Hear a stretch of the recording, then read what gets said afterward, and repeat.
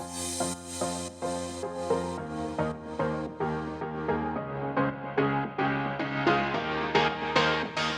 everybody. I'm Jaden Doye, and I'm delighted that you've joined me for this episode of the Law and Quarter podcast.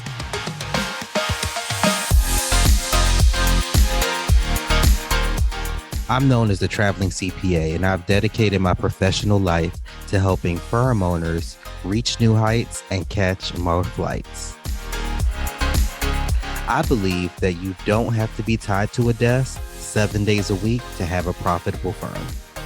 That's why I'm here, bringing ideas and information that can help you create a first-class firm that pays you the salary you deserve and provides you with the lifestyle you desire.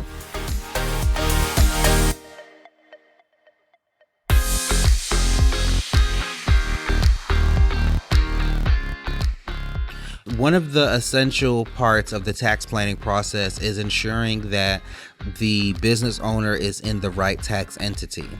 Unfortunately, a lot of people avoid working with a CPA who specializes in tax planning, so they do not get the correct advice. So, for instance, I helped a client who at the time had their firm set up as a sole proprietorship. We were able to elect that this client be taxed as a S corporation instead of a sole proprietorship. And because we were able to do so timely, we were able to save this client over $47,000 in taxes, because as many people know, sole proprietors actually don't only get taxed at their regular rate, but they also get taxed at another 15.3% self-employment tax on top of that. So ensuring that business owners are in the right tax entity and that the election with the IRS is filed timely is a common service that tax planners offer their clients, and failure to do so can definitely results in the business owner overpaying the IRS. So one of the common mistakes that I see taxpayers make when they file their own tax return is not including all their income. So many times, whether you use a merchant service or you work with other businesses, your income is reported to the IRS through Form 1099. And so sometimes people forget that they received income from certain people because it didn't go to their, let's say, their primary bank account. They're only using the money that went into their bank account, but they're forgetting the money that is either held in some type of clearing account, or maybe it accidentally went to their personal account, or various other different ways, other different matters. And so by leaving out income, this actually will generate what's called a computer generated audit, and they will send a notice to the business owner and say, hey, you did not report all of your income, and now we're not only charging you the tax on that income that you forgot, however, we are also going to charge you penalties and interest. And sometimes the taxpayer did report all of their income, but they did not report it in the correct manner. And so a CPA or tax planner could review that and handle the tax resolution process to ensure that the business owner does not overpay taxes that are not actually due to the tax entity.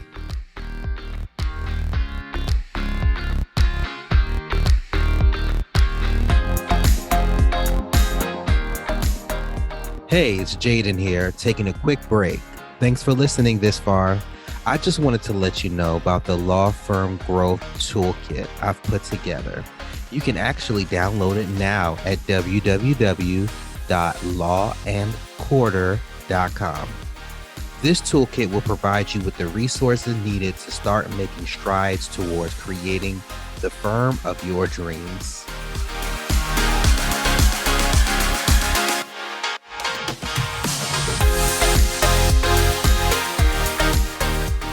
sometimes business owners do have double reporting when on their Form 1099. However, this can be a very long-winded process when it comes to resolving this with the IRS. It involves a number of different documents to prove that this income was not deposited into the business bank account. Another common issue when it comes to 1099s is what I call a slide error. So instead of receiving a 1099 for $1,000, the business may receive a 1099 for $10,000. And that is a huge difference. Or maybe $10,000 to $100,000. Okay.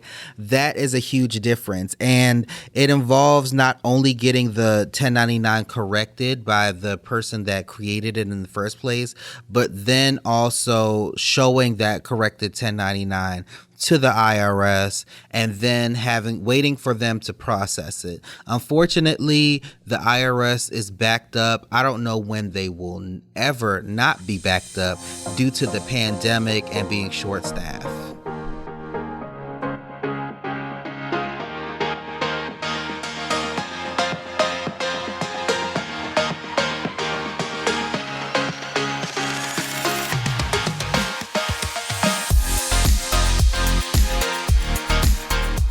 Thanks so much for listening to the Law and Quarter podcast. I hope you enjoyed this episode.